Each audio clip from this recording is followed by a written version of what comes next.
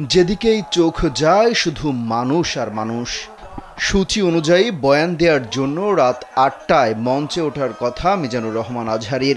তবে দুপুর থেকেই কানায় কানায় ভরে গেছে গোটা মাহফিল এলাকা। যদিও সকাল থেকেই আসতে শুরু করে ধর্মপ্রাণ মুসল্লিরা। সকাল ৯টা থেকে দেশের খ্যাতনামা ইসলামী স্কলারগণ বয়ান করেছেন।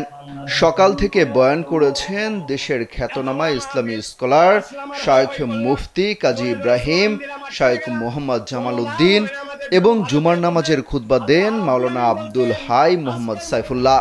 ২০২০ সালে দেশ ছাড়ার পর প্রকাশ্যে আর জন্মভূমিতে মাহফিল করা হয়নি মাওলানা ডক্টর মিজানুর রহমান আজহারীর। এবার ব্যাংকও আপনার হাতের মুঠোয়। Balance transfer, mobile recharge, bill pay থেকে শুরু করে যা চান সব হবে এক মুহূর্তে। NRBC planet.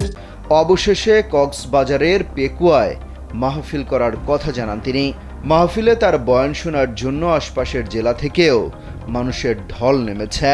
বলা হচ্ছে এই মাহফিলে অন্তত ১০ লাখ মানুষের সমাগম ঘটবে।